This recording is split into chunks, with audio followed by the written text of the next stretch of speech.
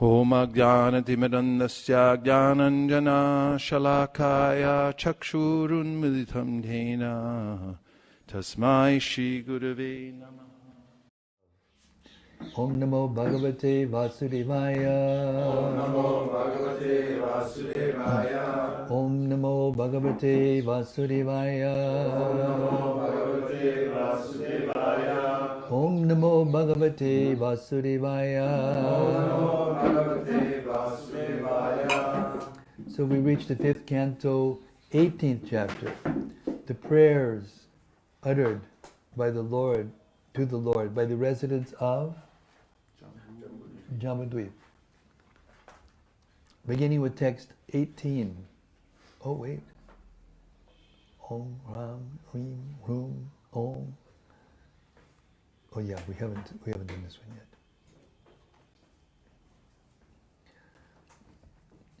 Let me offer my respectful obeisances unto the Supreme Personality of Godhead, Lord Rishikesha, the controller of all my senses and the origin of everything. As the Supreme Master of all bodily, mental, and intellectual activities, he is the only enjoyer of their results. The 5 sense objects and 11 senses, including the mind, are his partial manifestations. He supplies all the necessities of life, which are his energy, and thus non-different from him. And he is the cause of everyone's bodily and mental prowess, which is also non-different from him. Indeed, he is the husband and provider. And the next. Maya.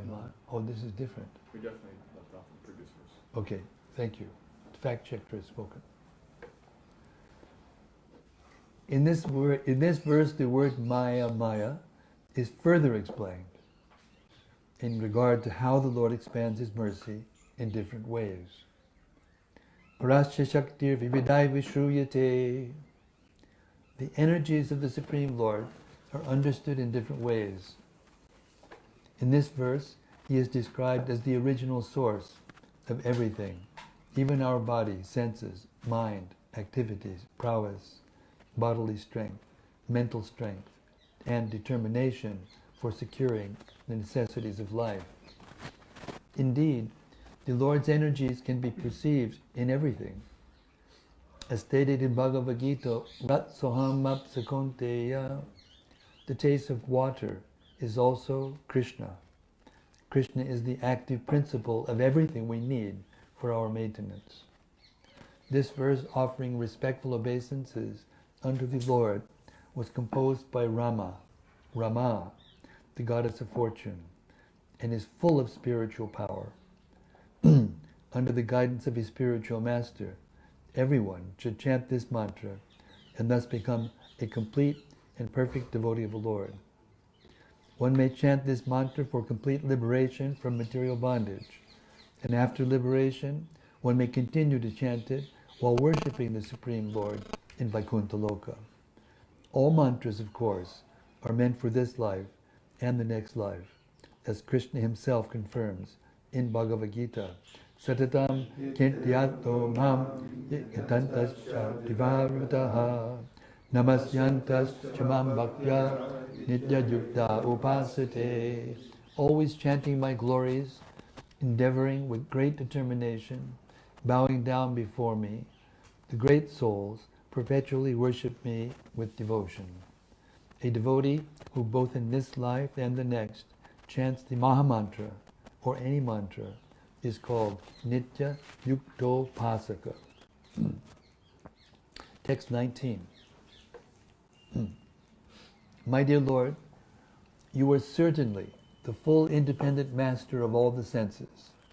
Therefore, all women who worship you by strictly observing vows because they wish to acquire a husband to satisfy their senses are surely under illusion. They do not know that such a husband cannot actually give protection to them or their children, nor can he protect their wealth or duration of life, for he himself is dependent on time, fruitive activity, results, and the modes of nature, which are all subordinate to you. Purport. In this verse, Lakshmi Devi, Rama, shows compassion toward women who worship the Lord for the benediction of possessing a good husband. Although such women desire to be happy with children, wealth, the only real, the supreme husband. Because the gopis were liberated souls, they understood this fact. Therefore they rejected their material husbands and accepted Krishna as their real husband. Krishna is the real husband, not only of the gopis, but of every living entity. Everyone should perfectly understand that Krishna is the real husband of all living entities, who are described in the Bhagavad Gita as Prakriti, female, not Purusha, male. In Bhagavad Gita, only Krishna is addressed as Purusha. Param Brahma Param Dhamma Pavitram Paramam Bhavan Purusham Shasvatam Divyam Adidevam Ajam Vibhum. You are the supreme Brahman, the ultimate, the supreme abode and purifier, the absolute truth, and the eternal divine person. You are the primal God, transcendental and original, and you are the unborn and all-pervading beauty. Krishna is the original Purusha, and the living entities are Prakriti. Thus Krishna is the enjoyer, and all living entities are meant to be enjoyed by him. Therefore, any woman who seeks a material husband for her protection, or any man who desires to become the husband of a woman, is under illusion. To become a husband means to maintain a wife and children nicely by supplying wealth and security. However, a material husband cannot possibly do this, for he is dependent on his karma. Karmana namide daivane trena. His circumstances are determined by his past fruitive activities. Therefore, if one proudly thinks he can protect his wife, he is under illusion. Krishna is the only husband, and therefore the relationship between a husband and wife in this material world cannot be absolute. Because we have the desire to marry, Krishna mercifully allows the so-called husband to possess a wife and the wife to possess a so-called husband for mutual satisfaction. In the Ishopanishad, it is said, Tena tyaktena bunjita. The Lord provides everyone with his quota. Actually, however, every living entity is Prakriti, or female, and Krishna is the only husband. Ekale Ishvara Krishna Arasava Britya Yari Jaichi Nachaya Setaiche Karinritya. Krishna is the original master, or husband of everyone, and all of the living entities, having taken the form of so-called husbands or wives, are dancing according to his desire. A so-called husband may unite with his wife for sense gratification, but his senses are conducted by Rishikesha, the master of the senses, who is therefore the actual husband. Text 20. He alone, who is never afraid, but who on the contrary gives complete shelter to all fearful persons, can actually become a husband and protector. Therefore, position, if you were not the only husband, thank you. If you were not the only husband, you would be afraid of others. Therefore, persons learning in the Vedic literature accept only your lordship as everyone's master, and they think no one else a better husband and protector than you. Purport. Here, the meaning of husband or guardian is clearly explained. People want to become a husband, a guardian, a governor, or a political leader without knowing the actual meaning of such a superior position. There are many people all over the world, indeed throughout the universe, who claim for some time that they are husbands, political leaders, or guardians. But in due course of time, the Supreme Lord desires their removal from their posts, and their careers are immediately finished. Does your updated version have a period after is clearly explained in the first sentence?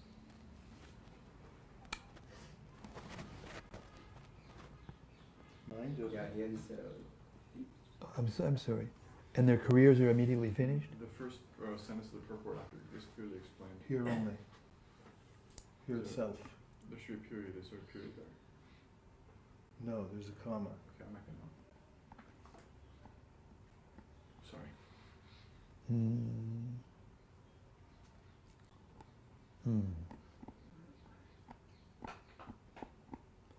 Therefore, those who are actually learned and advanced in spiritual life do not accept any leader, husband, or maintainer other than the Supreme Personality of Godhead. Lord Krishna personally states in Bhagavad Gita, Aham tvam sarvapapebhyo moksha yishami.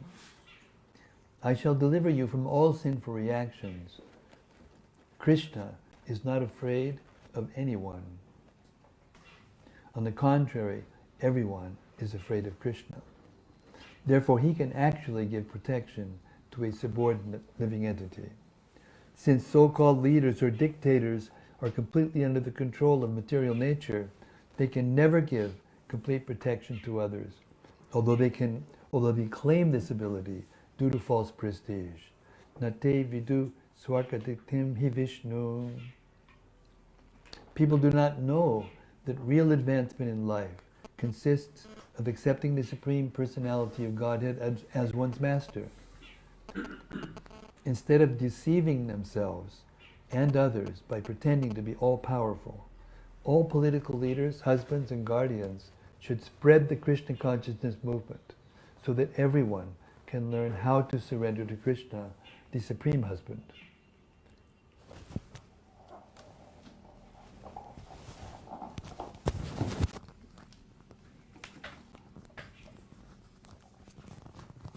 Might want to turn that up a little bit from the next 21. Srila Rupa Goswami describes pure devotional service as anyabhilashita shunyam jnana karmanyanavrtam. One should not worship the Supreme Personality of Godhead to fulfill some material desire for success in fruitive activities or mental. Serve Him exactly as He desires. Therefore ordered to worship the Lord strictly according to the regulative principles given by the spiritual master and the Shastras. Whoa, Hello? Whoa. Something's going on. Yeah, what were you going to say? Anyway, I think you didn't read the translation. Yeah. Oh, that'll do it.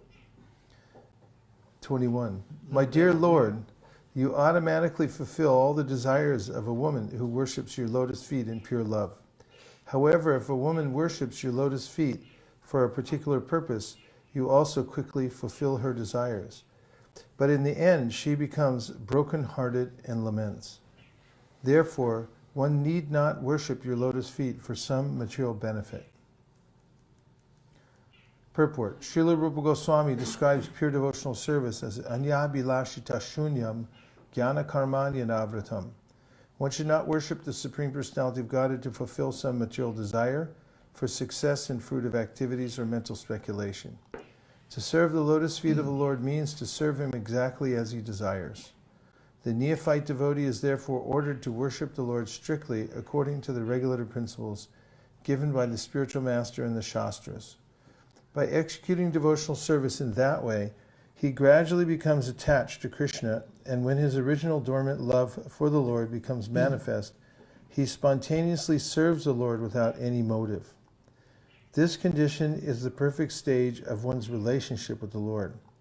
The Lord then looks after the comfort and security of his devotee without being asked.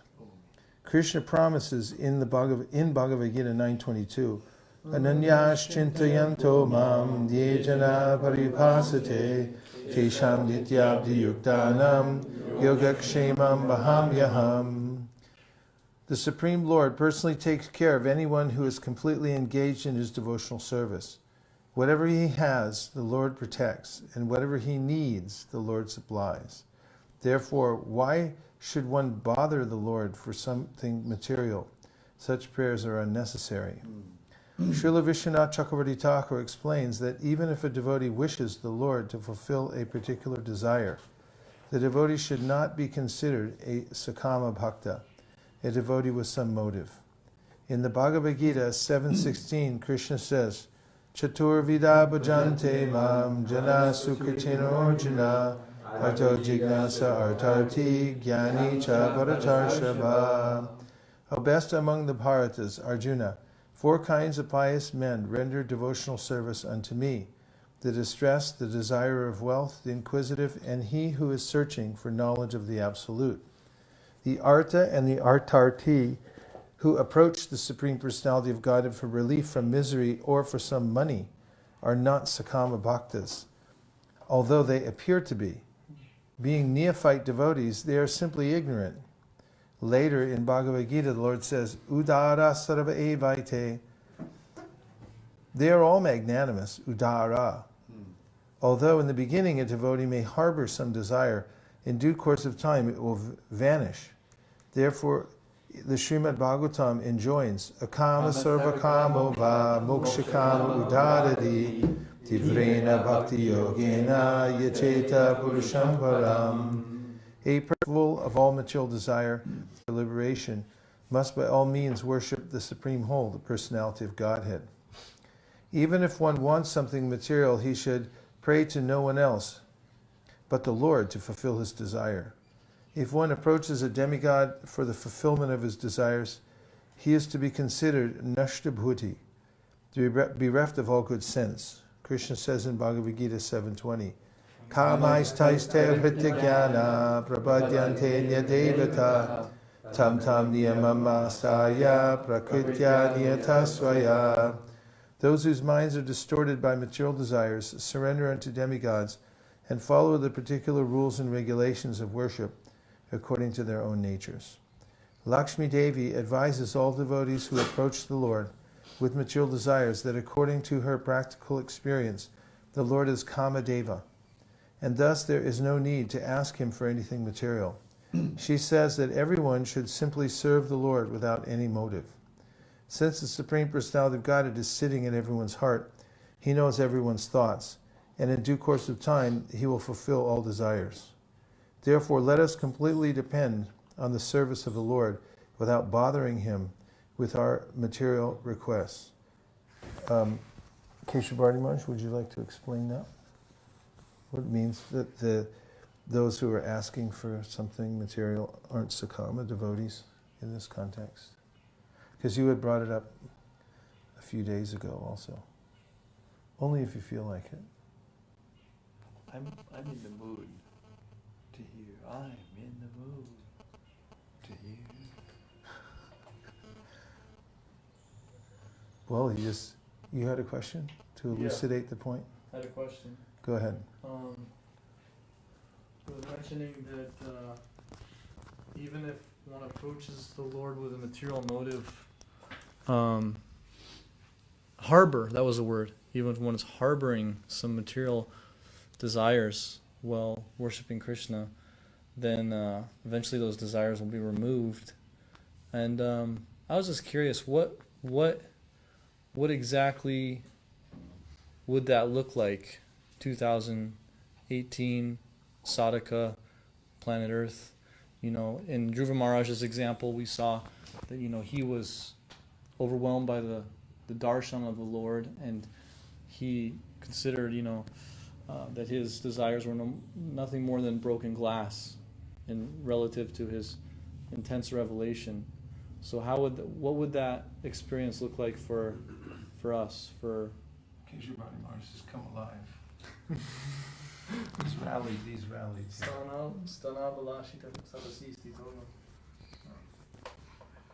Well, Sridhar Swami explains in his purport to Bhagavatam 10:14-8 that even if a devotee is sincere, there may still be a lingering tendency in the mind to enjoy material things. And therefore the Lord thinks, well, I should do the best thing for him. And therefore he something, or to be a sinful reaction. But it's not actually a sinful reaction. It means that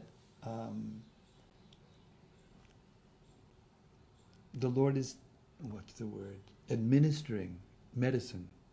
This is Sridhar Swami's comment. The Lord's actually administering medicine for the benefit of that person. Therefore, even if a person appears to be still having some material desire, but is sincere, and that's the key word here. If the devotee is actually sincerely surrendered to the Lord, but still is something in the mind that's lingering, that causes him sometimes to do something or say something that's not according to the standard. This is also confirmed by Krishna in the Bhagavad Gita. Apichat suriracharo bhajate mamananyabhag sadhureva samantavyak samyak vyavasito hisaha. Now Vishwanath Chakravarti Thakur, whose commentary on the Bhagavad Gita, interestingly, takes the form of a parallel conversation between Krishna and Arjuna.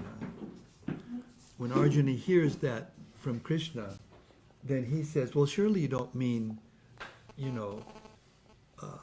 that literally, because if a person's doing something wrong, he's certainly not samyak vyavasito hisaha. I need that, don't I? My voice is not so strong today. Hare Krishna. But Krishna, in his response, in the commentary of Vishwanath, he actually yells at Arjuna. He says, no, kontiya pradijanihi, name bhakta vinashyati. So the key thing is, if a person is actually sincere and is a devotee of Krishna, and due to the strength of the material energy, or due to second nature habits that he may have had in previous life or previous time, isn't always up to the standard. If the person continues his devotional service under any circumstances, then the Lord accepts that person as a devotee, and not just. I'm keying on the word sakama, because sakama seems to mean materialistic devotee, but sadhu means devotee, and samyak is a clear word that means complete. So Krishna, from his point of view, even though from an external point of view we may be thinking whatever we want to think about that devotee, but Krishna knows within the heart of the devotee whether that devotee is sincere or not. And if he's sincere, and he sincerely surrenders even once, then Krishna starts to make arrangements which apparently may externally appear to be sinful reactions, but they're not actually sinful reactions. They're the personal hand of the Lord taking care of the devotee by administering medicine. And therefore the devotee is actually eligible for liberation, as in the verse, Tateno kampam susamikshamanam munjab apikam, what is that? Bunyana evatma Kritam, yeah. Yeah, no, I was just, so that addresses that, Okay. Say what? that word Prabhupada used in the purport, harboring desires. So that's in line with what you were talking about, right, Maharaj? You get a little harbor, Well, and you have to clean the ship, Docked. keep it nicely back there, pay a docking fee, that's what I'm talking about. hire a little extra help. That's what Well, Make sure it's okay. The word harbor and the word, maintain, or maybe some lingering, maintain some in the mind, some tendency. You could say the same thing. Harboring a fugitive. Yeah, you can come in for a while, it's no problem. Stay in here. Yeah, but I was interested, this is very important what you said, and so Shastric and helpful. Thank you. Sadhu, sadhu. Sadhu, sadhu! I was interested to hear, could you look in there and see? Because it says Vishwanath Chakravarti Thakur explains, even if I just want to see if he says anything about what's the distinction between a Sakama devotee and one who's not. We heard, what you just said, Maharaj, indicated what Krishna says in the Bhagavad Gita, and also you quoted from 10.14.8, Sridhar Swami saying that a devotee, although he has some material desire, is dealt with by Krishna in a certain way. Same with that verse. I think it's also in the 5th canto, maybe coming up. Satyam dishati artitam artito midam naivartito yat punar artito yata soyam vidate bhajatam anichatam icha pitadam nijapadapalavam. It's the next chapter coming up, but it's, indicates that if a person is materialistic and is asking for the Lord for material favors again and again, the Lord says, okay, I'll give it to him, but I'll do it in such a way that he won't ask for it anymore. Instead, he'll want my lotus feet. But we still haven't, so what's a Sakama devotee then? That's what I want to know. We have a request already in play for the Vishwanath Chakravarti Thakur commentary, so let's just hear that.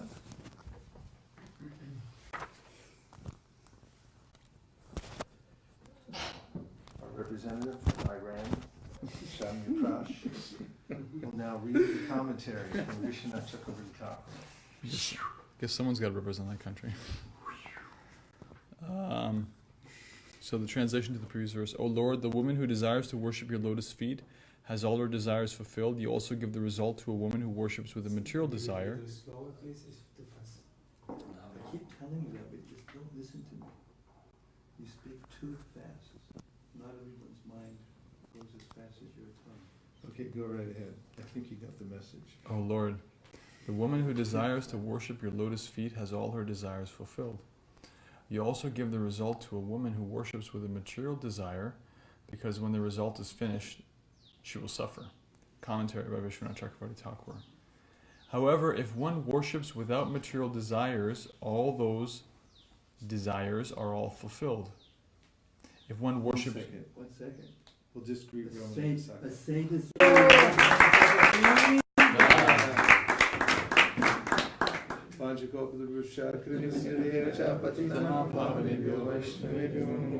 Welcome, Ramananda Sakraprabhu. Back to the Hare Krishna. We just look at your face and we become pure. We've been anticipating your arrival. Are you situated okay? Yes. Do you have your bags inside? You're okay. There's a seat back here if you'd like to join. Okay, who's sitting there? Matt's sitting on here. But he can sit somewhere. Okay, then I can sit somewhere. No, here, sit here. Sit here. You can sit here. Just don't, He didn't say it before he left. just don't, you didn't let him know. Just don't sit where you want.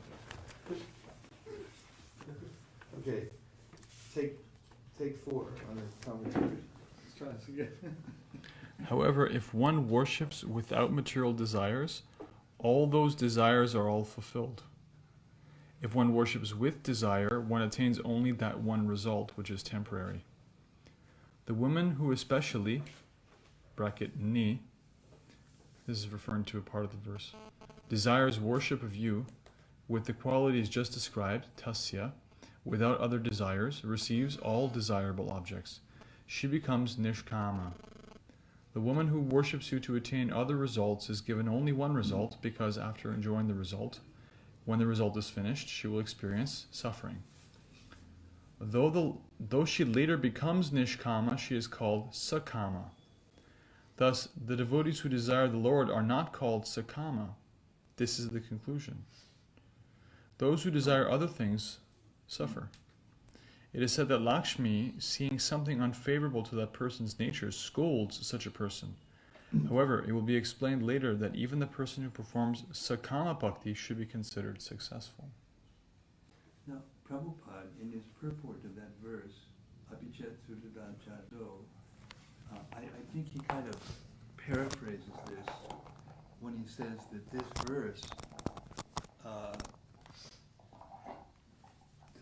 verse actually is talking to accidental. The difference, one of the key points is the difference between accidental and premeditated or willful. Like if Prabhupada uses this example, in the beginning, the first devotees, they weren't following all the principles, but Prabhupada was accepting many and even initiated them.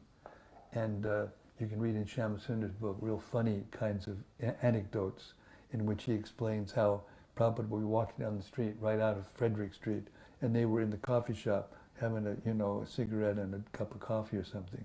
and they would see Prabhupada coming, and they would actually get underneath the table so that he wouldn't see him. Prabhupada would walk by, but he saw them. And anyway, he knew what was going on. So if a person is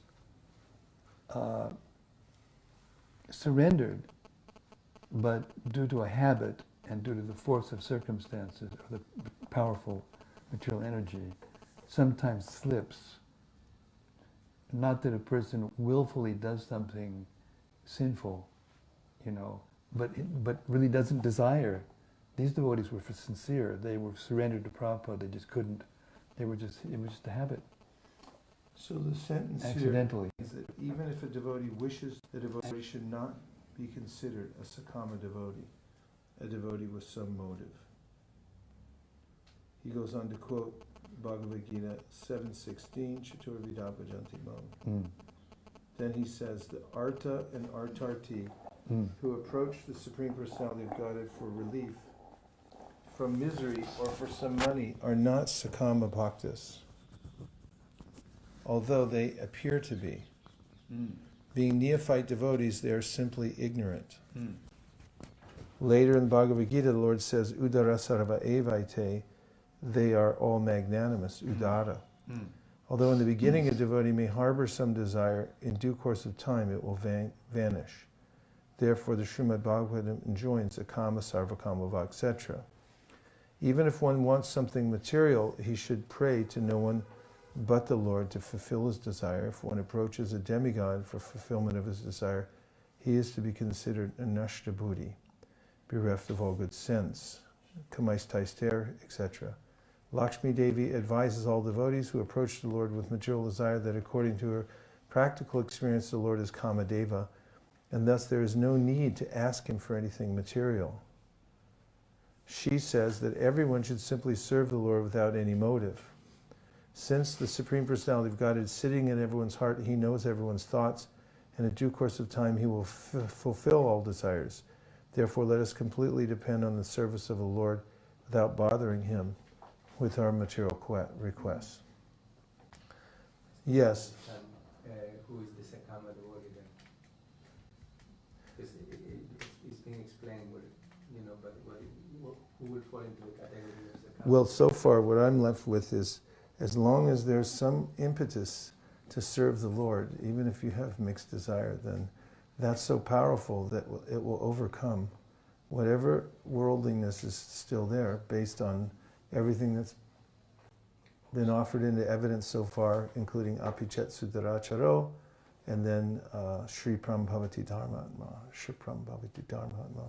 Yes, Prabhu? And the curious part is that at the end, those desires will be fulfilled without the need of asking. Yes. And Prabhupada also said, when he was asked a question about, are there any other pure devotees, meaning aside from him, and this is early on, I think it was San Francisco or Seattle or someplace, 68. He asked his helper, his secretary, whatever, how many initiated devotees are there now? And then he said such and such a number. And Prabhupada said there are at least that number of pure devotees. And then he went on to say that if a person doesn't have an ulterior motive, this is the different ulterior motive. If he's doing something, but he has an ulterior motive. That's what I was trying to get to when I said, innocent, for Prabhu used the word innocent. It's accidental. He really wants Krishna, but he just is weak, or he's ignorant, he doesn't know better, and he does something. So that person is considered, not a sakamagon, but a pure devotee. So in the the sense. question is, circumstances can be strong desire than honest desire. Circumstances can be stronger than honest desire? No. I mean, that's part of the point. If one has even a trace of a desire for pure devotional service, then all other things will be overcome. Kechit kevalaya bhaktya vasudeva parayana agam dunvanti karsnena nihara iva bhaskara. All the material desires are like fog, but if there's bhaskara, a little sun, means some desire for devotional service, then all the fog will be eventually burnt off. In fact, it's mentioned by Rupa Goswami that there are 26 qualities of a devotee, and that one of them is that he's in a mood of surrender to Krishna. So now he says, if somebody's devoid of 25, the other 25, but he has the one, which is a mood of surrender to the Lord, then he said he's still considered a devotee. Yeah. Whereas if he has all the other 25, but he doesn't have that one, then he's not considered a devotee. So I think that Radhika should write a thesis paper called The Fallacy of the Sakama Devotee and submit it to the GBC. Yes. Just to point out that it came that even if once somebody desires, Even if one time. one time, and it's done, it's Sakradeva Prapano, yes.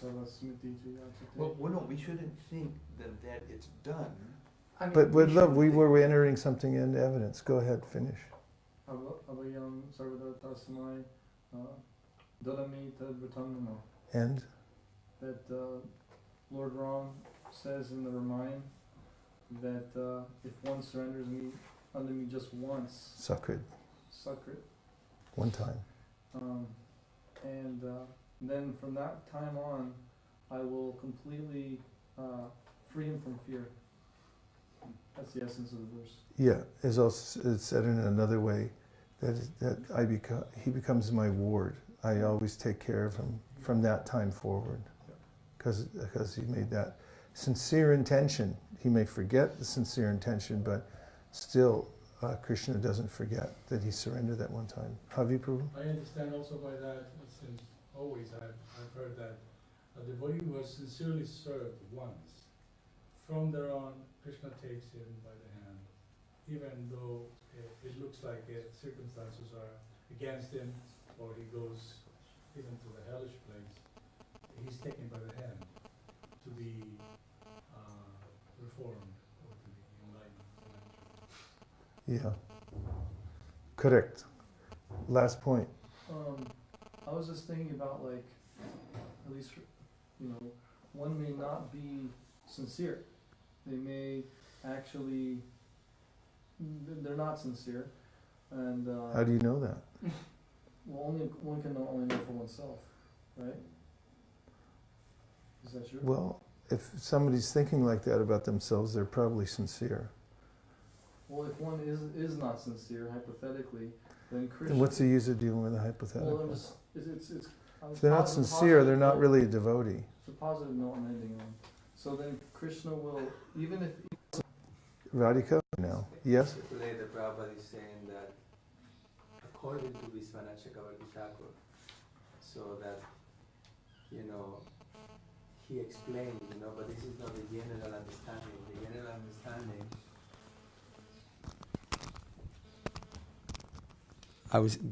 Prabhupada is saying, Vishwanath Chakravarti Thakur explains that even, so this is not like the general understanding. The general understanding is the Artha and Artharthi, they are Sakama Bhaktas.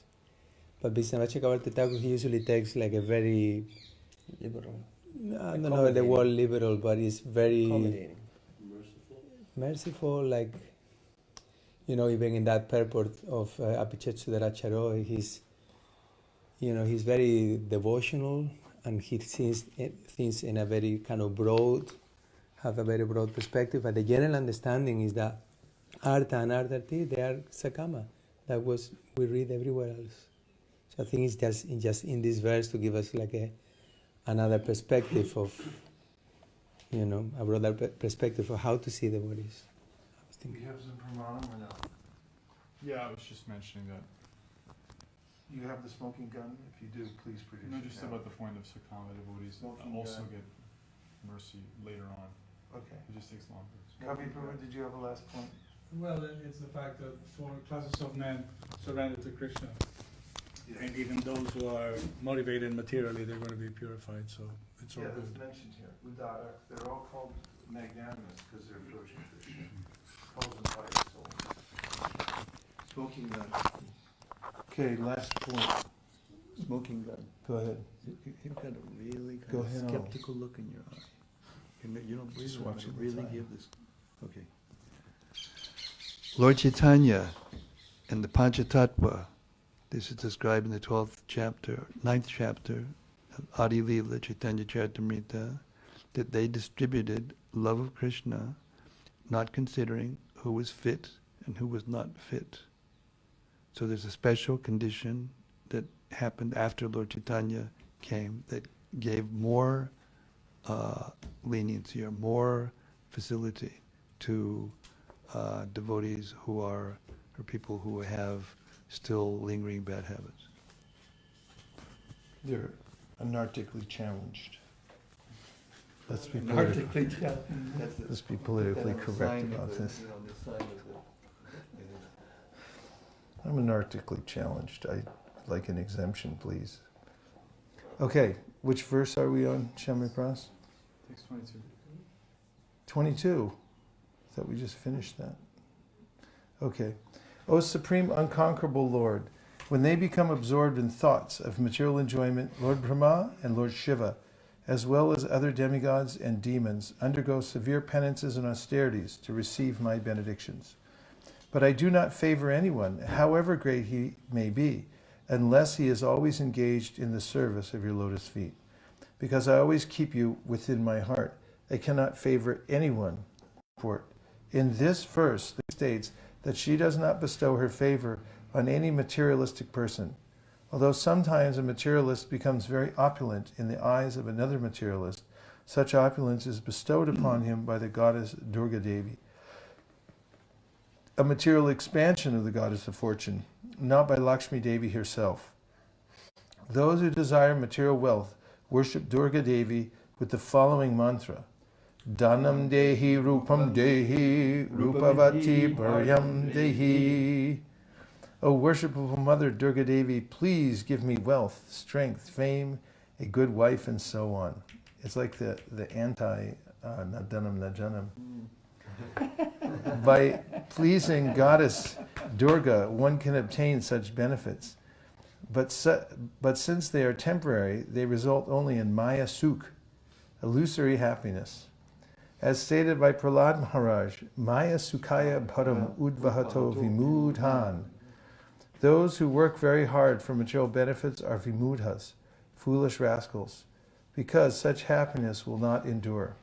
On the other hand, devotees like Prahlad and Dhruva Maharaj achieved extraordinary material opulences, but such opulences were not Maya Sukha.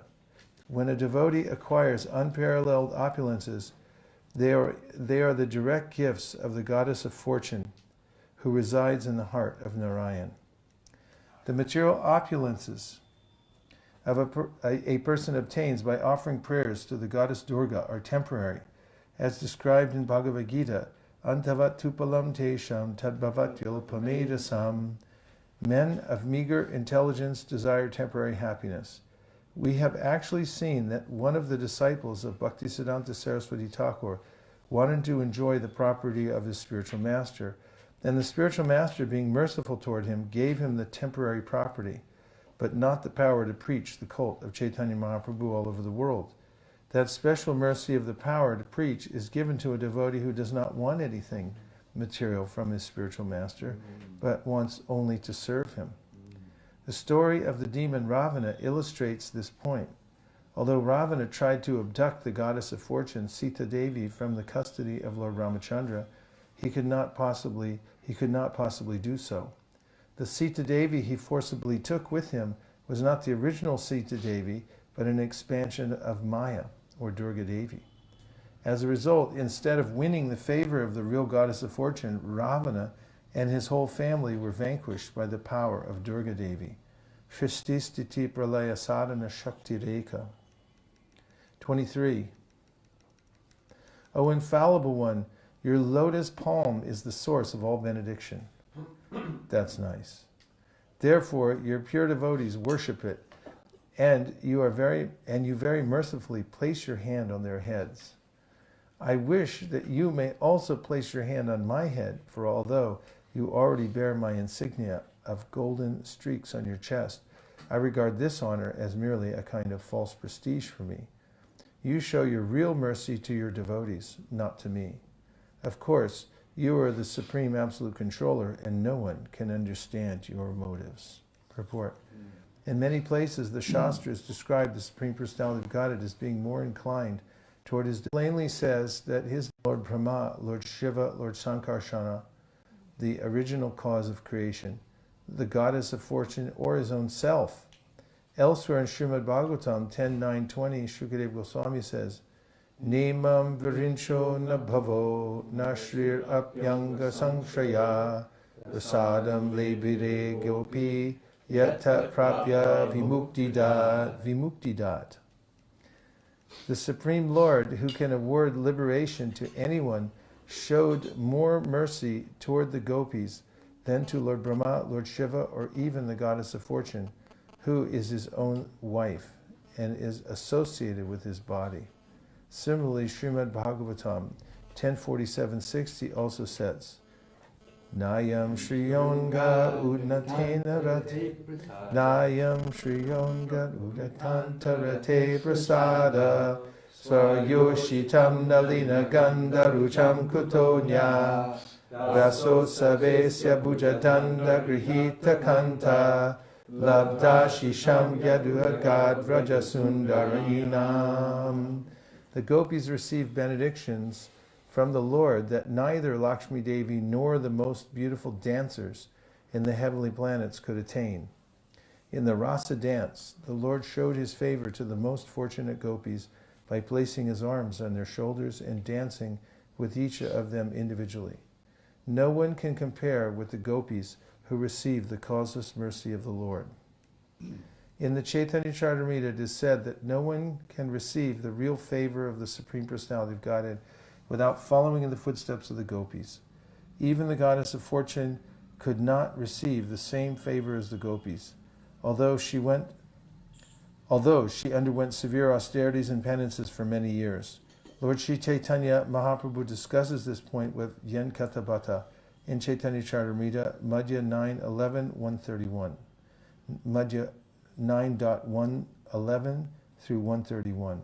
The Lord inquired from Yen Katabata, Your worshipable goddess of fortune, Lakshmi, always remains on the chest of Narayan, and she is certainly the most chaste woman in the creation. However, my Lord is Lord Sri Krishna, a cowherd boy engaged in tending cows.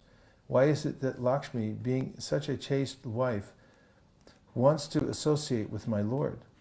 Just to associate with Krishna, Lakshmi abandoned all transcendental happiness in Vaikuntha and for a long time accepted vows and regulative principles and performed unlimited austerities. Vyankatapata replied, Lord Krishna and Lord Narayana, that's what I just said, are one and the same, but the pastimes of Krishna are more relishable due to their sportive nature. They are very pleasing for Krishna's Shaktis.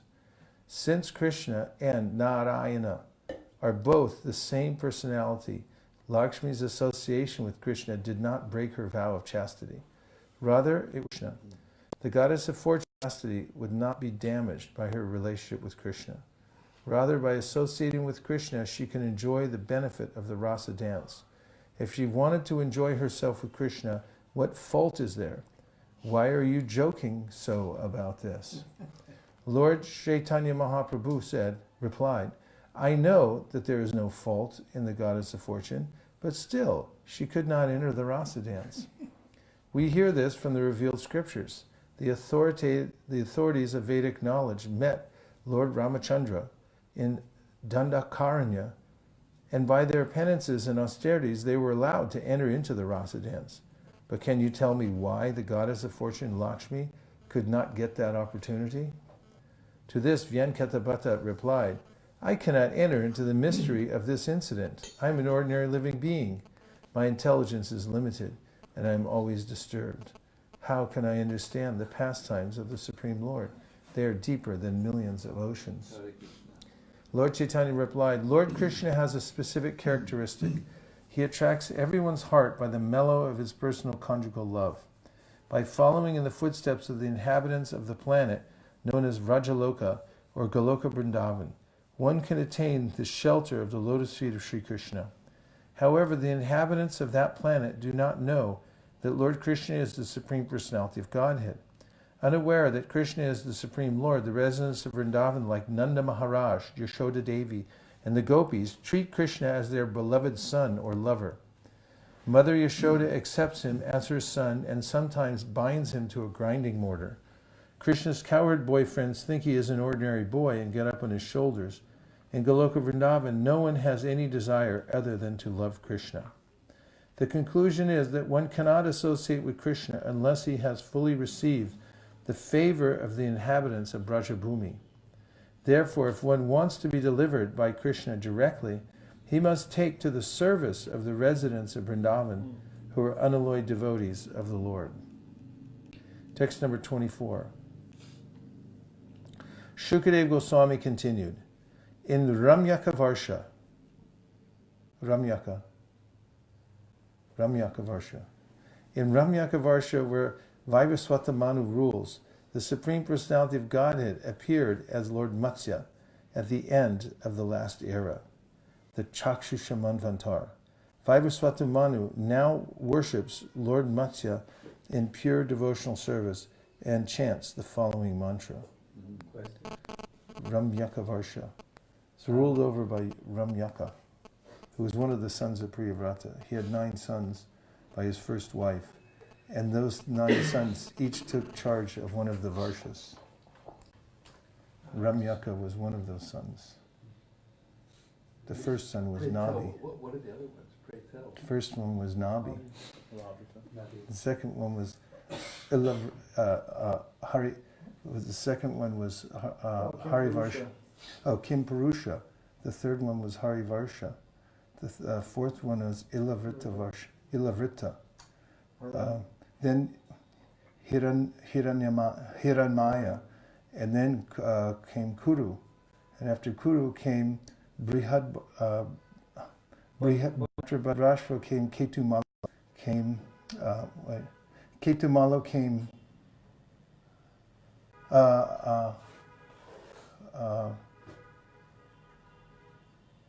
Ketumala.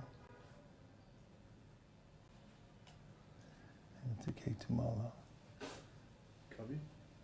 Kavi. No, Kavi is one of the. That's somebody else. Yes. The previous verse that we can, unless we have fully received the favor of the inhabitants of Brajabhumi, we can associate with Krishna unless. How do we achieve this? This is mentioned in the Nectar of Instruction in a very succinct way and supported by our acharyas. Yanama Rupa Charitari Sukirtananu Smityo Kramena Rasa Manasi Niyoja Tishtan Raje Dhanaragi Chananugami Kalam Nayet Akilam Itupadesha Sadhu. You got to hear and chant a lot, like you're doing right now. Text 25. Put one more thing into evidence. Please. In this learned assembly. You know, I've been out here for 24 years, and I've seen so many devotees go to Radha Kund and giving the evidence. This deserves a wire transfer. Wire transfer? Do I have to pay some kind of This is getting heavy. Let's go. interest? Come Some on. kind of Let it interest? fly, Mark. Okay. And they give evidence, those last 2 verses. Prabhupada said, this is the highest thing. Therefore, we're following Prabhupada's instructions, and you're not. I've heard it so many times, I couldn't count the number of times I've heard it. But the real answer is not just that one thing that we just chanted, which is also absolutely true, but you have to have assimilated the first verse, and then the second verse, and then the third verse, and then the fourth verse, all the way up to the last verse. So if your senses are not, That was the What? last. Ketumala was the last. what's that? There was Oh, nothing I after see. Ketumala. It was 9. So Maharaj has confirmed what Rupa Goswami has said by personal anecdotal evidence. Continue hearing and chanting is your recommendation? Sabha. Sabtik Balache. Text number 25. I offer my respectful obeisances unto the Supreme Personality of Godhead, who is pure transcendence. He is the origin of all life, bodily strength and mental power, and sensory ability, known as Matsya Avatar, the gigantic fish incarnation. He appears first among all the incarnations. Again, I offer my obeisances unto him. Purport. Srila Jayadev Goswami sings, Pralayapayog dijale dritavan nasi vedam vihita vahitra charitra makedam Kesava drita mina sharira Jaya Jagadisha Hare Jaya Jagadisha Hare. The entire universe was inundated with water. At that time, Lord Krishna, Kesava, incarnated as a gigantic fish to protect the Vedas. Therefore, Manu addresses Lord Matsya as Mukhyatama, the first incarnation to appear. Mukhyatama.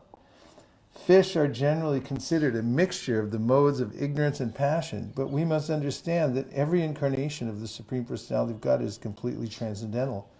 There is never any deterioration of the Supreme Lord's original transcendental quality. Therefore, the word sattvaya is used here, meaning pure goodness on the transcendental platform.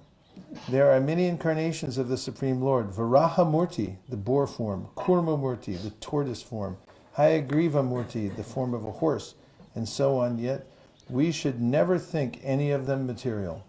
They are always situated on the platform of Shuddha Sattva, pure transcendence.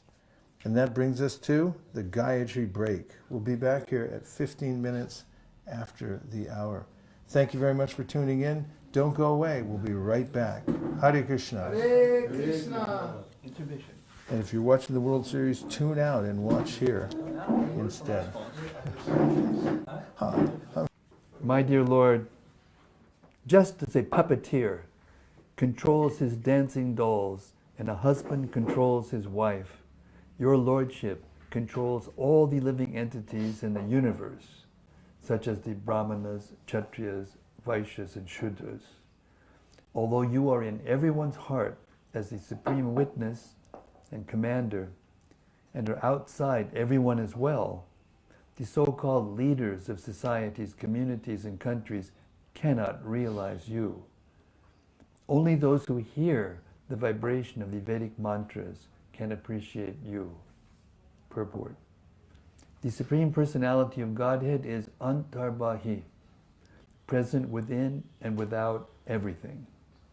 One must overcome the delusion caused by the Lord's external energy and realize His presence, both externally and internally.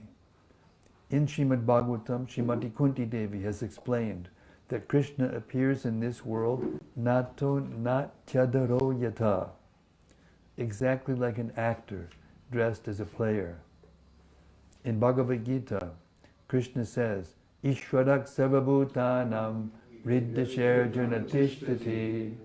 Studio audience just fell asleep for a moment, but now they're back.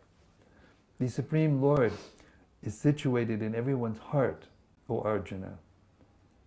The Lord is situated within everyone's heart and outside as well. Within the heart, He is the Supersoul, the incarnation who acts. A woman is compared to remain independent. What to speak of women? All living entities are Prakriti, female, and therefore dependent on the Supreme Lord. As Krishna Himself explains in Bhagavad Gita, Aparayamita swanyam prakritim vidime param. The living entity is never independent. In all circumstances, he is dependent on the mercy of the Lord. The Lord creates the social divisions of human society, Brahmanas, Kshatriyas, Vaishyas, and Shudras, and ordains that they follow rules and regulations suited to their particular position. In this way, all members of society remain always under the Supreme Lord's control. Still, some people foolishly deny the existence of God. Self-realization means to understand one's subordinate position in relation to the Lord. When one is thus enlightened, he surrenders to the Supreme Personality of Godhead and is liberated from the clutches of the material energy.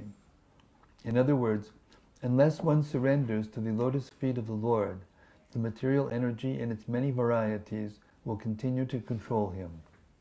No one in the material world can deny that he is under control.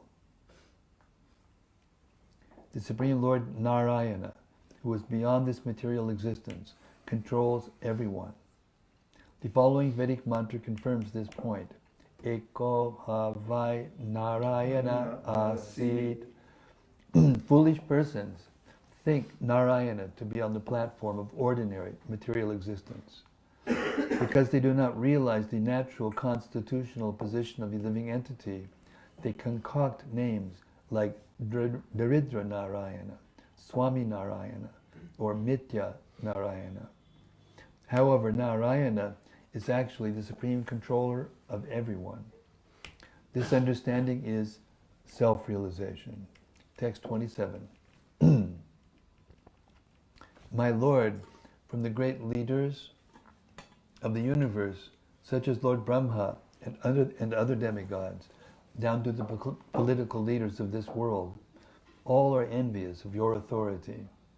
Without your help, however, they could neither separately nor concertedly maintain the innumerable living entities within the universe. You are actually the only maintainer of all the human beings, of animals like cows and asses, and of plants, reptiles, birds, mountains, and whatever else is visible within this material world. Purport. It is fashionable for materialistic persons to compete with the power of God. When so-called scientists try to manufacture living entities in their laboratories, their only purpose is to defy the talent and ability of the Supreme Personality of Godhead. This is called illusion. It exists even in the higher planetary systems, where great demigods like Lord Brahma, Lord Shiva, and others reside. In this world, everyone is puffed. Unfortunately, Daridra Narayana, the Lord's incarnations, as beggars. They prefer to serve the manufactured Daridra Narayana than the original Supreme Narayana. They say, don't encourage service to Lord Narayana. It is better to serve the starving people of the world. Unfortunately, such materialists, either singly or combined in the form of the United Nations, cannot fulfill their plans. The truth is that the many millions of human beings, animals, birds, and trees, indeed all living entities, are maintained solely by the Supreme Personality of Godhead. Eko bahunam yo vedadati kaman. One person, the Supreme Lord, is supplying the necessities of life for all other living entities. To challenge the authority of Narayana, the Supreme Personality of Godhead, is the business of asuras, demons. Yet sometimes suras, or devotees, are also bewildered by the illusory energy and falsely claim to be the maintainer of the entire universe. Such incidents are described in the 10th canto of Srimad Bhagavatam, where Shukadeva Goswami tells how Lord Brahma and King Indra became puffed up and were eventually chastised by Krishna. Text 28. O Almighty Lord, at the end of the millennium of this planet Earth, which is the source of all kinds of herbs, drugs, and trees, was inundated by water and drowned beneath the devastating waves. At that time, you protected me along with the earth and roamed the sea with great speed. O Unborn One, you are the actual maintainer of the entire universal creation, and therefore you are the cause of all living entities. I offer my respectful obeisances unto you. Purport. Envious persons cannot appreciate how wonderfully the Lord creates, maintains, and annihilates the universe. But devotees of the Lord can understand this perfectly well. Devotees can see how the Lord is acting behind the wonderful workings of the material nature. In Bhagavad Gita, the Lord says, Maya yakshina prakriti suyate sacharacharam hetunanena kaunteya jagat viparivartate. This material nature is working under my direction, O son of Kunti, and it is producing all moving and non-moving beings.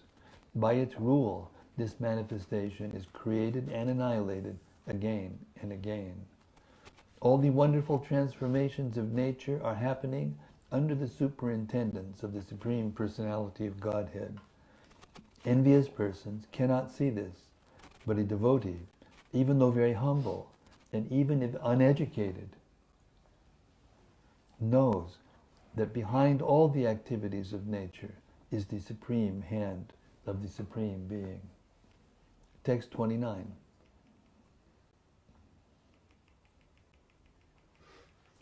Shukadeva Goswami continued, this most dear and devotional service by Aryama, the chief resident of Hiranyamaya Varsha, along with the other inhabitants of that land. They chant the following hymns.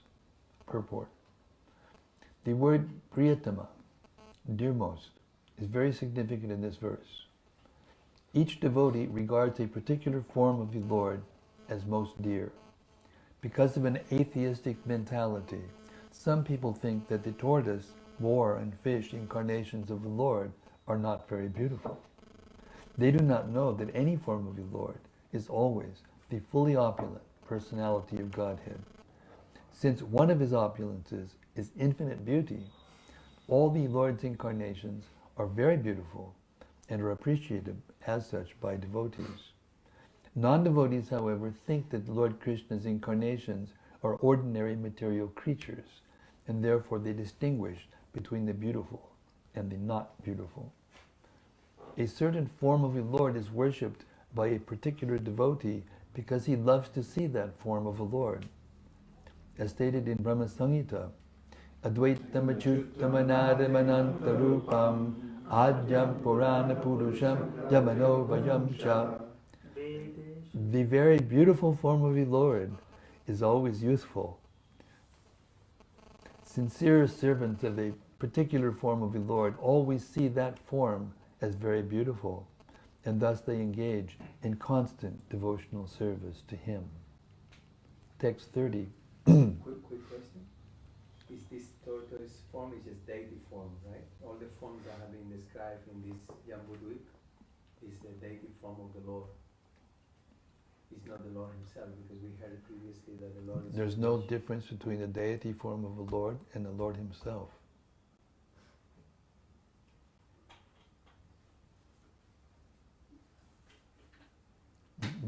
You can say it's the deity form, but you can't say it's the deity form and not the Lord himself.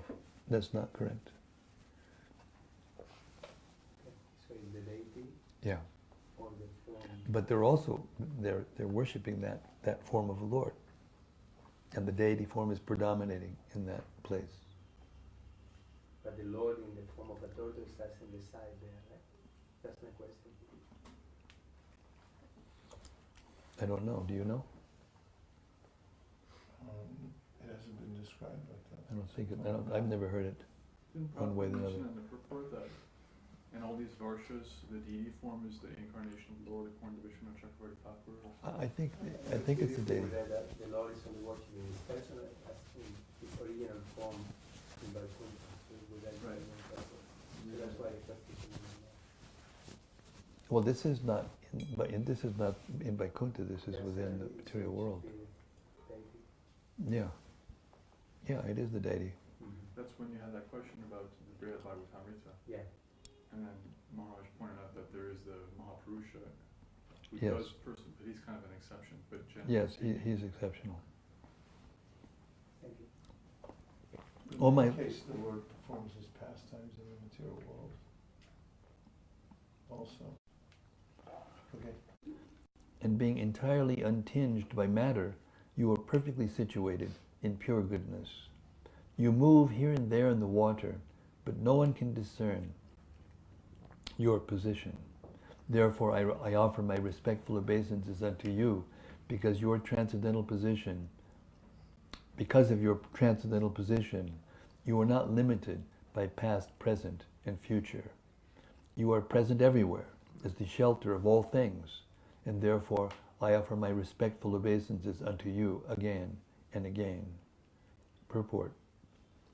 In the Brahma Samhita, in the Brahma Samhita, it is said, Goloka eva nivasatya kilatma bhutaha. The Lord always remains in Goloka, the topmost planet, full of all opulences. The Lord's all-pervasiveness is confirmed in Bhagavad Gita 1861, where Lord Krishna states, Ishvarak sarvabhutanam riddhisharjuna tishtati. The Supreme Lord is seated in everyone's heart, O Arjuna.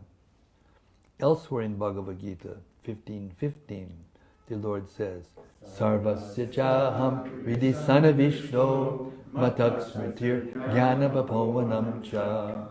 I am seated in everyone's heart, and from me come remembrance, knowledge, and forgetfulness.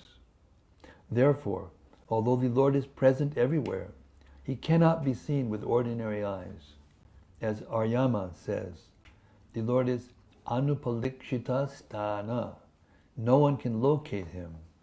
This is the greatness of the Supreme Personality of Godhead. Text 31. Oh, that's you. I'm sorry. I just got carried away. I was about ready to just encroach in your... No one can locate him. Where is it? Dasa.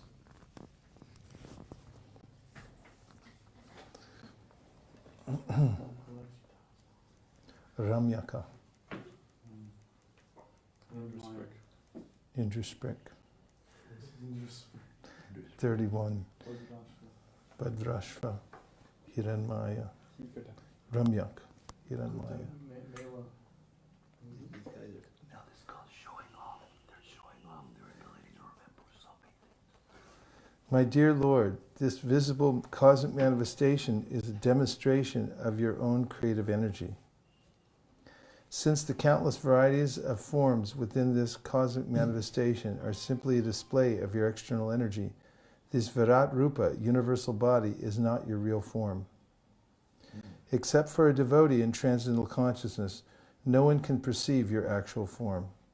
Therefore, I offer my respectful obeisances unto you. Purport. Mayavadi philosophers think the universal form of the Lord to be real and his personal form illusory. We can understand their mistake by a simple example. A fire consists of three elements, heat and light, which are the energy of the fire and the fire itself. Anyone can understand that the original fire is the reality and that the heat and light are simply the fire's energy. Heat and light are the formless energies of fire, and in that sense they are unreal. Only the fire has form, and therefore it is the real form of the heat and light. As Krishna states in Bhagavad Gita 9.4, Maya tatamidam sarva jagadavyakta murtina. By me and my unmanifested form, this entire universe is pervaded. Thus, the impersonal conception of the Lord is like the expansion of heat and light from a fire. In Bhagavad Gita, the Lord also says, Mastani sarvabhutani na chaham teshvavastitaha.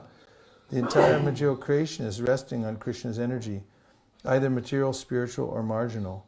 But because his form is absent from the expansion of his energy, he is not personally present. This inconceivable expansion of the Supreme Lord's energy is called Achintya Shakti. Therefore, no one can understand the real form of the Lord without becoming his devotee. 32. My dear Lord... Could you say this again? Could you read those last three sentences? Sure. Yeah. The last three sentences are as follows. In the Bhagavad Gita, the Lord also says, Matstani sarvabhutani na chaham teshavastita. The entire material creation is resting on Krishna's energy, either material, spiritual, or marginal. But because his form is absent from the expansion of his energy, he is not personally present. This inconceivable expansion of the Supreme Lord's energy is called Achintya Shakti. Very nice. Therefore, no one can understand the real form of the Lord without becoming his devotee. 32. My dear Lord, you manifest your different energies in countless forms, as living entities born from wombs, from eggs, and from perspiration, as plants and trees that grow out of the earth, as all living entities, both moving and standing, including the demigods, the learned sages, and the pitas. As outer space, as the higher planetary system containing the heavenly planets, and as the planet Earth with its hills, rivers, seas, oceans, and islands. Indeed, all the stars and planets are simply manifestations of your different energies, but originally you are one without a second. Therefore, there is nothing beyond you. This entire cosmic manifestation is therefore not false, but is simply a temporary manifestation of your inconceivable energy. Purport. This verse completely rejects the theory of Brahma Satyam Jagan Mithya, which states that spirit or Brahman is real, whereas the manifested material world with its great variety of things is false. Nothing is false. One thing may be permanent and another temporary, but both the permanent and the temporary are facts. For example, if someone becomes angry for a certain period, no one can say that his anger is false. It is simply temporary. Everything we experience in our daily lives is of the same character. It is temporary but real. The different kinds of living entities coming from various sources are very clearly described in this verse.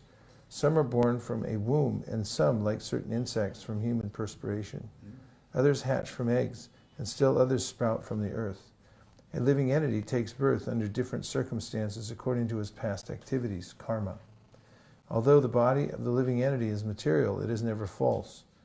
No one will accept the argument that since a person's material body is false, murder has no repercussions. Our temporary bodies are given to us according to our karma, and we must remain in our given bodies to enjoy the pains and pleasures of life. Our bodies cannot be called false. They are only temporary. In other words, the energy of the Supreme Lord is as permanent as the Lord himself, although his energy is sometimes manifest and sometimes not. As summarized in the Vedas, Sarvam Kalavidam Brahma, everything is Brahman. 33. O my Lord, your name, form, and bodily features are expanded in countless forms. No one can determine exactly how many forms exist, yet you yourself, in your incarnation as the learned scholar Kapiladev, have analyzed the cosmic manifestation as containing 24 elements. Therefore, if one is interested in Sankhya philosophy, by which one can enumerate the different truths, he must hear it from you.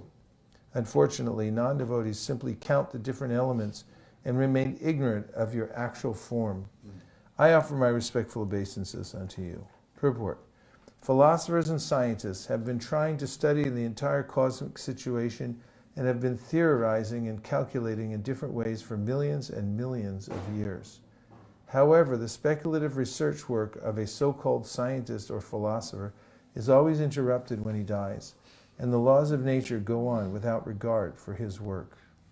For billions of years, changes take place in the material creation until at last the whole universe is dissolved and remains in an unmanifested state. Constant change and destruction, bhutva bhutva praliyate, is perpetually going on in nature, yet the material scientists want to study natural laws without knowing the Supreme Personality of Godhead, who is the background of nature. As Krishna states in Bhagavad Gita, Maya dakshena prakriti suyate sacharacharam hitunanena kaunteya jagadvi parivartate. This material nature is working under my direction, O son of Kunti, and it is producing all moving and unmoving beings. By its rule, this manifestation is created and annihilated again and again. Now, the material creation is manifest. Eventually, it will be annihilated and remain for many millions of years in a dormant state. And finally, it will again be created. This is the law of nature. 34. Shukadeva Goswami said, Dear King, the Supreme Lord, in his Boar incarnation, who accepts all sacrificial offerings, lives in the northern part of Jambudweep, There in the tract of land known as Uttarakuru Varsha, Mother Earth and all the other inhabitants worship him with an unfailing devotional service by repeatedly chanting the following Upanishad mantra.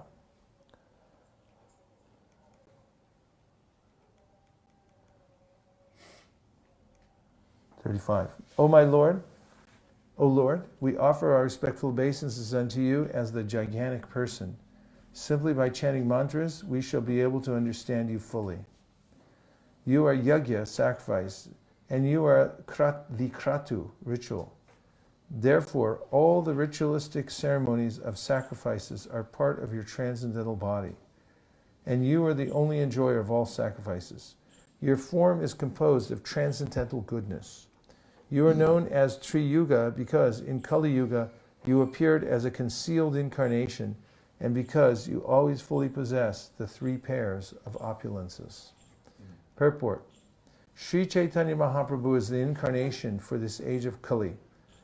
As confirmed in many places throughout the Puranas, the Mahabharata, Srimad Bhagavatam, and the Upanishads. The summary of his appearance is given in Chaitanya Charitamrita, Madhya 699 as follows. Kali Juga Lilavatar na Kori Bhagavan Ataiva Triyuga Kori Kahi Taranam. In this age of Kali, the Supreme Personality of Godhead, Bhagavan, does not appear as a Lila avatar, an incarnation to display pastimes. Therefore, he is known as Triyuga. Unlike other incarnations, Lord Sri Chaitanya Mahaprabhu appears in this age of Kali as a devotee of the Lord. Therefore, he is called a concealed incarnation, Chanavatar. Text 36.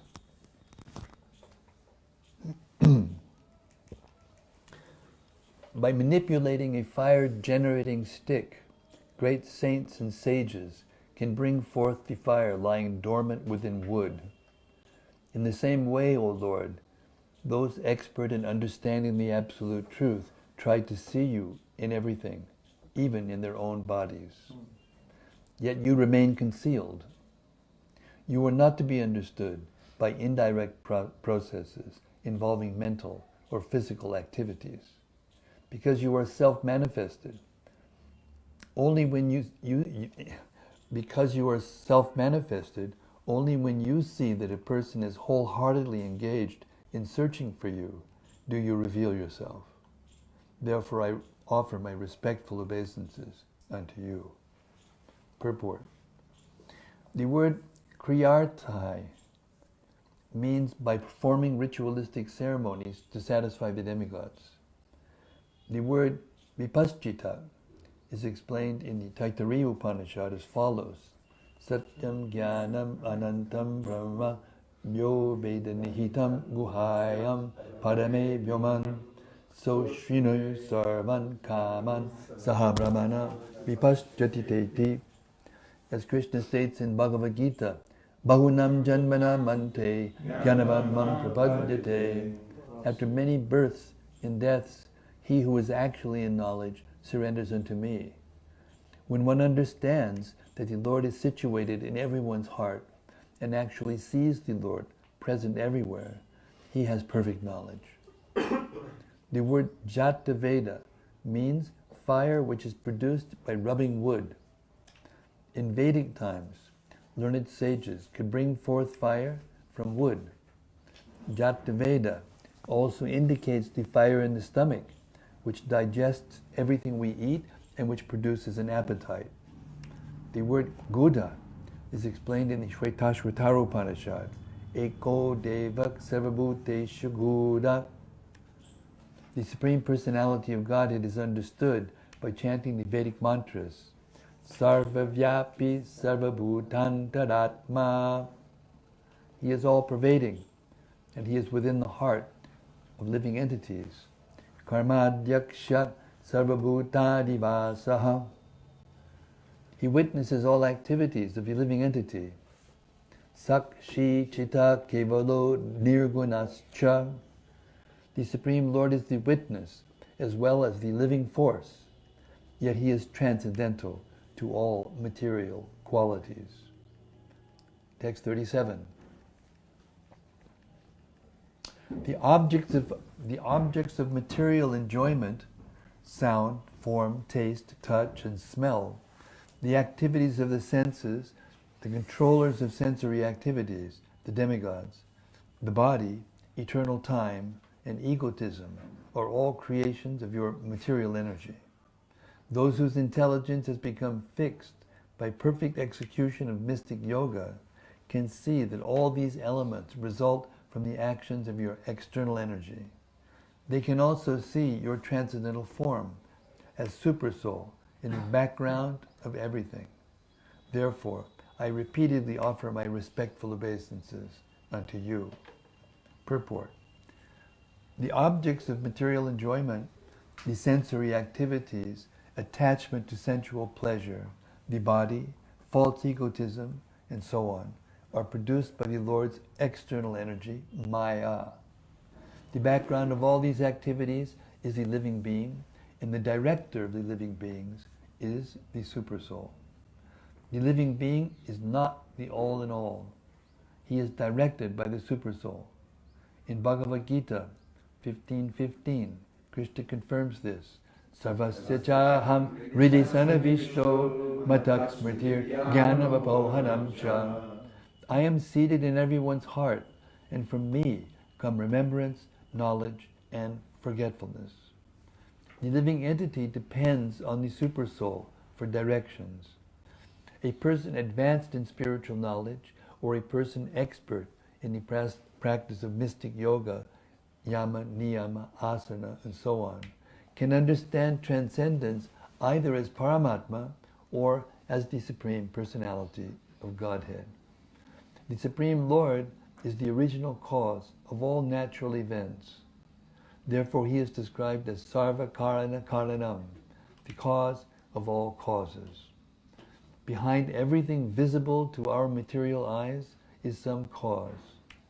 And one who can see the original cause of all causes, Lord Krishna, can actually see. Krishna, the Satchidananda Vigraha, is the background of everything. As he himself confirms in Bhagavad Gita, Maya Dyakshina Prakriti Suyate Sacharachadan Hetunanina Konteya Jagat Viparivartate. This material nature is working under my direction, O son of Kunti, and it is producing all moving and non-moving beings. By its rule, this manifestation is created and annihilated again and again. Text 38.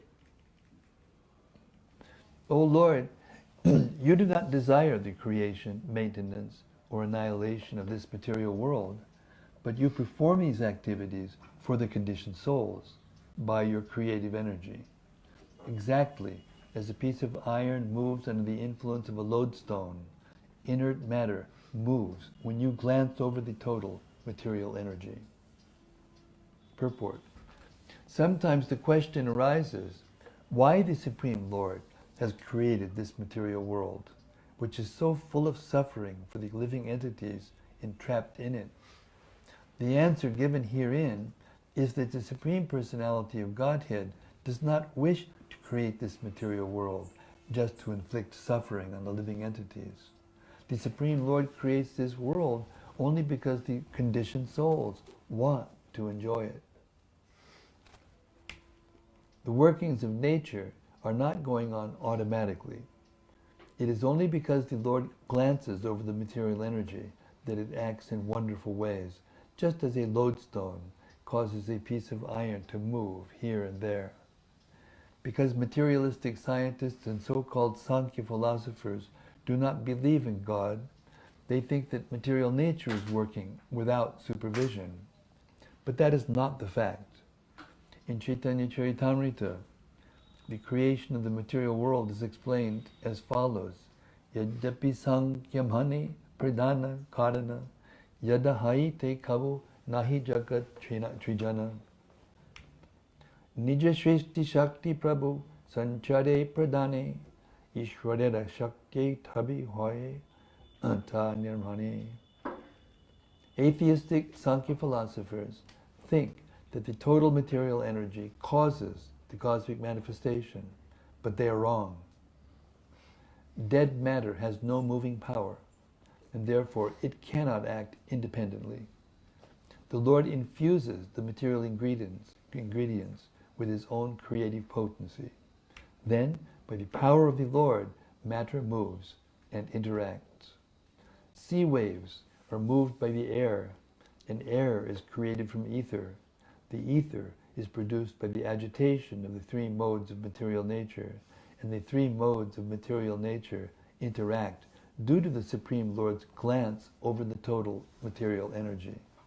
Therefore, the background of all natural occurrences is the Supreme Personality of Godhead, as confirmed in Bhagavad Gita, Maya Yakshina Prakriti, Suyate Sacharacharam. This is also further explained in Chaitanya Charitamrita.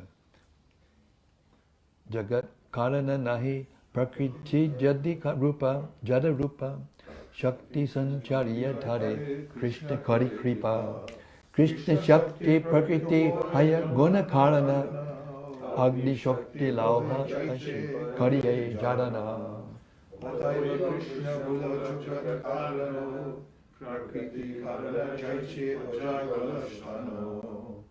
Because Prakriti, material nature, is dull and inert, it cannot actually be the cause of the material world.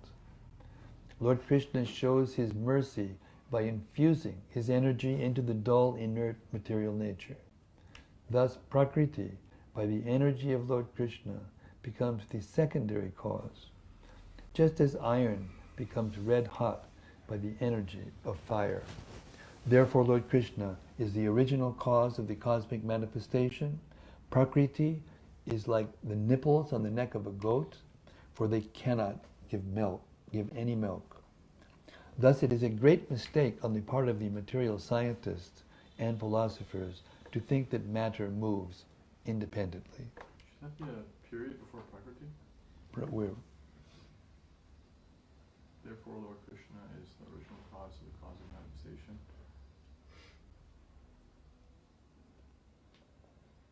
Second last sentence. Therefore, Lord Krishna is the original cause of the cosmic manifestation. No. Prakriti is like the nipples of the neck of a goat, for they cannot give any milk. I think it is a period. Yeah, you're right. It is a period. Make a note. And you have some also notes that you haven't. Okay, and you haven't sent it to me yet. You got to send it to me because I got to send it over to Rivera. And that Prakriti should have a capital P. I got to find a capital P somewhere and paste it in. Okay. I'll go through that last part. Therefore, Lord Krishna is the original cause of the cosmic manifestation. Prakriti is like the nipples on the neck of a goat, for they cannot give any milk. Thus, it is a great mistake on the part of the material scientists and philosophers to think that matter moves independently. See, one little thing, and it changes. You know. Text 39. My Lord, as the original boar within this universe, you fought and killed the great demon Hiranyaksha. You then lifted me, the earth, from the Garbhodaka ocean on the end of your tusk, exactly as a sporting elephant plucks a lotus flower from the water. I bow down before you. Thus end the Bhaktivedanta purports of the 5th canto, 18th chapter of Srimad Bhagavatam, entitled The Prayers Offered to the Lord by the Residents of Jambudvipa.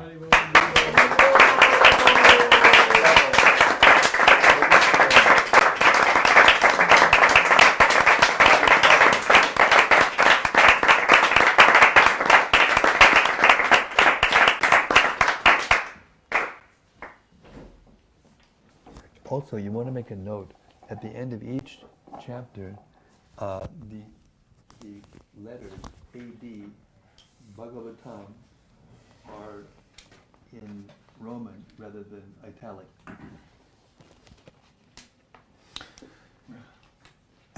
Chapter 19.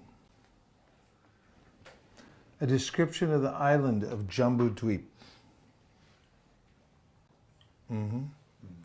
Text number 1.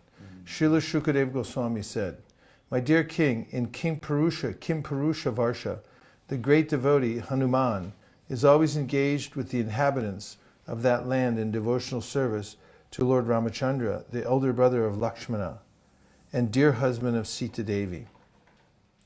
2. A host of Gandharvas is always engaged in chanting the glories of Lord Ramachandra. That chanting is always extremely auspicious. Along with Arishtasena, the chief person in Kimpurusha Varsha, Hanumanji constantly hears the glories with complete attention. Hears those glories with complete attention. Hanuman chants the following mantras. Purport. In the Puranas, there are 2 different opinions concerning Lord Ramachandra. In the Laghu Bhagavatamrita, this is confirmed in the description of the incarnation of Manu. The Vishnu Dharmotara describes that Lord Ramachandra and his brothers Lakshmana, Bharati, and Shatrughna are incarnations of Vasudeva, Sankarshana, Pradyumna, and Aniruddha, respectively. The Padma Purana, however, says that Lord Ramachandra is an incarnation of Narayan, and that the other 3 brothers are incarnations of Shesha, Chakra, and Shankha. Therefore, Sri Baladev Vidyabhushan has concluded, Tadidam kalpa vidhe naiva sambhavyam. In other words, these opinions are not contradictory. In some millenniums, Lord Ramachandra and his brothers appear as incarnations of Vasudeva, Sankarshana, Pradyumna, and Aniruddha. And in other millenniums, they appear as incarnations of Narayana, Shesha, Chakra, and Shankha. The residence of Lord Ramachandra on this planet is Ayodhya. Ayodhya city is still existing in the district of Faizabad, which is situated on the northern side of Uttar Pradesh. Hyderabad, this one. What?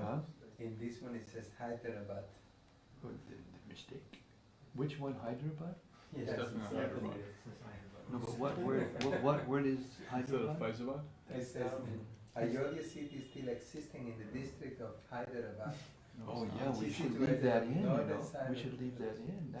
That will enshrine the Hyderabad. Yeah, it sounds nice. It's got charm. 4.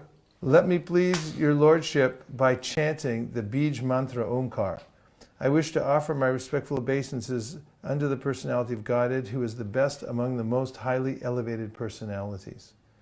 Your lordship is the reservoir of all the good qualities of Aryans, people who are advanced. Your character and behavior are always consistent, and you always control your senses, and mind. Acting just like an ordinary human being, you exhibit exemplary character to teach others how to behave. There is a touchstone that can be used to examine the quality of gold, but you are like a touchstone that can verify all good qualities. You are worshipped by Brahmanas, who are the foremost of all devotees. You, the Supreme Person, are the King of Kings, and therefore I offer my respectful obeisances unto you. Nice. Text 4. The Lord, whose pure form, Sakchidananda Vigraha, is uncontaminated by the modes of material nature, can be perceived by pure consciousness. In the Vedanta, he is described as being one without a second. Because of his spiritual potency, he is untouched by the contamination of material nature, and because he is not subjected to material vision, he is known as transcendental. He has no material activities, nor has he a material form or name. Only in pure consciousness, Krishna consciousness, can one perceive the transcendental form of the Lord. Let us be firmly fixed at the lotus feet of Lord Ramachandra, and let us offer our respectful obeisances unto those transcendental lotus feet. Purport. The Supreme Personality of Godhead Krishna appears in various expansions as stated in the Brahma Samhita.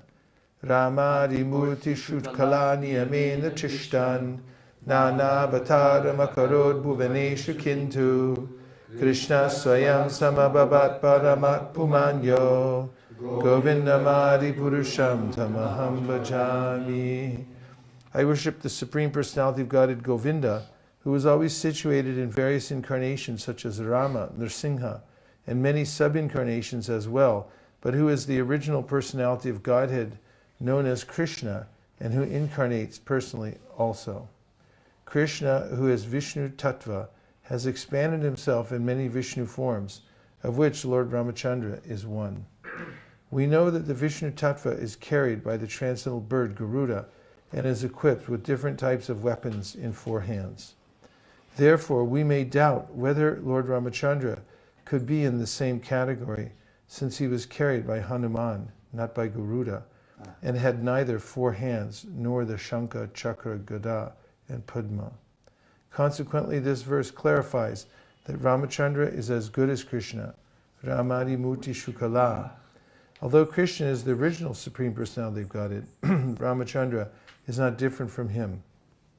Ramachandra is unaffected by the modes of material nature, and therefore he is prashanta, never disturbed by those modes. Unless one is saturated with love for the Supreme Personality of Godhead, one cannot appreciate the transcendental value of Lord Ramachandra. One cannot see him with material eyes, because demons like Ravana have no spiritual vision. They considered Lord Ramachandra an ordinary Kshatriya king. Ravana therefore attempted to kidnap Lord Ramachandra's eternal consort, Sita Devi. Actually, however, Ravana could not carry off Sita Devi in her original form. As soon as she was touched by Ravana's hands, she gave him a material form, but she maintained her original form beyond his vision. Therefore, in this verse, the words Pratyak Prashantam indicate that Lord Ramachandra and his potency, the goddess Sita, keep themselves aloof from the influence of the material energy. In the Upanishads, it is said, Yam evaisha vrinute tena labhya. That's from Katha Upanishad. The Supreme Lord Paramatma, the Supreme Personality of Godhead, can be seen or perceived only by persons who are saturated with devotional service. As stated in the Brahma Samhita, Premanjana Chudita Bhakti Vilochanena Santak Sadaiva Hridayesha Vilokayanti Yam Shama Sundaramachintya Gunaswarupam Govindamadi Purusham Tamaham Bhajami. I worship the primeval Lord Govinda, who is always seen by the devotee whose eyes are anointed with the pulp of love. He is seen in his eternal form of Shamasundar, situated within the heart of the devotee. Similarly, in the Chandogya Upanishad, it is stated, Etas tisro devata anena jivena. In this verse of the Chandogya Upanishad, which Upanishad? Chandogya. The word anena is used to distinguish the Atma and the Paramatma as 2 separate identities. The word Tisro Devata the words Tisro Devata indicate that the body of the living entity is made of 3 material elements, fire, earth, and water. Although the Paramatma enters the heart of the Jivatma, who is influenced and designated by a material body, the Paramatma has nothing to do with the Jivatma's body. Because the Paramatma has no material connections, he is described here as Anama Rupam Niharam. The Paramatma has no material identity, whereas the Jivatma does. The Jivatma may introduce himself as an Indian, American, German, and so on, but the Paramatma has no such material designations, and therefore he has no material name. The Jivatma is different from his name, but the Paramatma is not. His name and he himself are one and the same. This is the meaning of Niharam, which Niraham. This is the meaning of Niraham, which means without material designations. This word cannot possibly be twisted to mean that the Paramatma has no ahankara, no I-ness or identity. He has his transcendental identity as the Supreme. This is the explanation given by Srila Jiva Goswami. According to another interpretation given by Vishwanath Chakravarti Thakur, Niraham means Nirnishchayena Aham. Niraham does not mean that the Supreme Lord has no identity. Rather, the stress given by the word Aham proves strongly that he does have his personal identity, because Nir not only means negative, but also means strong ascertainment. Whoa, that's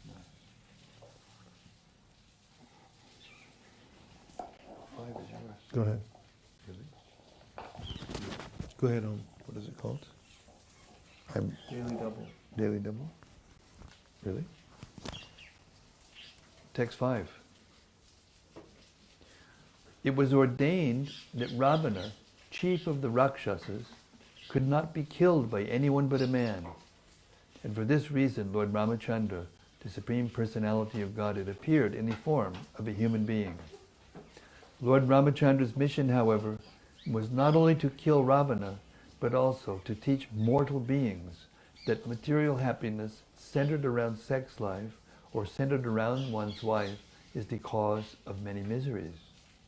He is the self-sufficient Supreme Personality of Godhead, and nothing is lamentable for him. Therefore, why else could he be subjected to tribulations by the kidnapping of Mother Sita? Purport.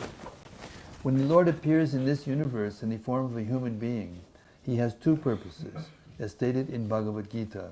Paritranaya sadhunam vinashaya chaduskritam, to destroy the demons and protect the devotees. To protect the devotees, the Lord not only satisfies them by his personal presence, but also teaches them so that they will not fall down from devotional service. By his personal example, Lord Ramachandra taught the devotees that it is better not to enter married life, which is certainly followed by many tribulations. As confirmed in Srimad Bhagavatam 7.9.45, Yanmaitunadi grihamedi husam isucham kandu yanena karayo ivaduka dukam trip yantineha gripana bahuduka baja Kanduti-ban manisam hetadiraha. Kripanas, those who are not advanced in spiritual knowledge and who are therefore just the opposite of brahmanas, generally take to family life, which is a concession for sex. Thus they enjoy sex again and again, although that sex is followed by many tribulations. This is a warning to devotees. To teach this lesson to devotees and to human society in general, Lord Sri Ramachandra, although the Supreme Personality of Godhead himself, underwent a series of tribulations because he accepted a wife, Mother Sita. Lord Ramachandra underwent these austerities, of course, only to instruct us. Actually, he never has any reason to lament for anything. Another aspect of the Lord's instructions is that one who accepts a wife must be a faithful husband and give her full protection. Human society is divided into two classes of men, those who strictly follow the religious principles and those who are devotees. By his personal example, Lord Ramachandra wanted to instruct both of them how to fully adopt the discipline of the religious system and how to be a beloved and dutiful husband. Otherwise, he had no reason to undergo apparent tribulations. One who strictly follows religious principles must not neglect to provide all facilities for the complete protection of his wife. There may be some suffering because of this, but one must nevertheless endure it. That is the duty of a faithful husband. By his personal example, Lord Ramachandra demonstrated this duty. Lord Ramachandra could have produced hundreds and thousands of Sitas from his pleasure energy, but just to show the duty of a faithful husband, he not only rescued Sita from the hands of Ravana, but also killed Ravana and all the members of his family. Another aspect of the teachings of Lord Ramachandra is that although Lord Vishnu, the Supreme Personality of Godhead, and his devotees may apparently suffer from material tribulations, they have nothing to do with such tribulations. They are mukta purushas, liberated persons under all circumstances. It is therefore said in the Chaitanya Charitamrita,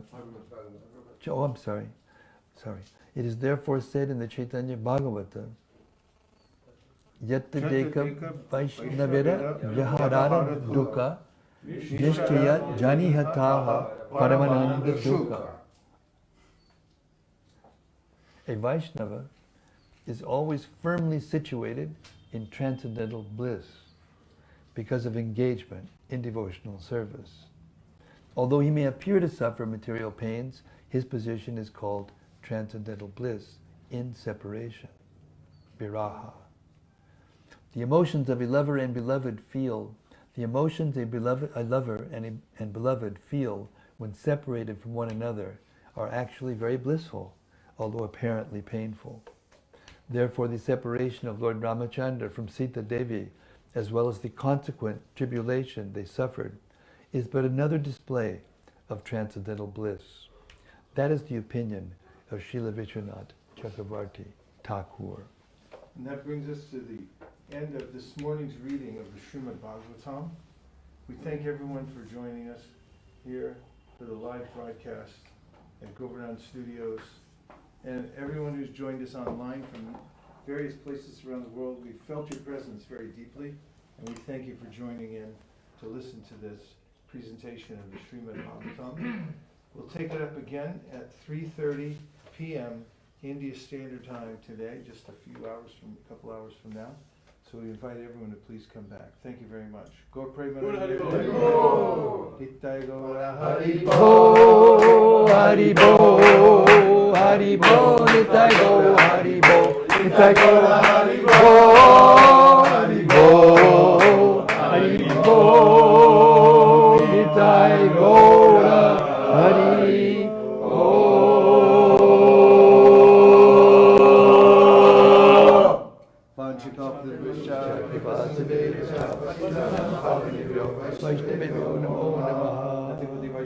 Nachari Armarman, Nachari Armarman, Nachari Armarman, Nachari Armarman, hey, Nachari Armarman, Nachari Armarman, Nachari Armarman, Nachari Armarman.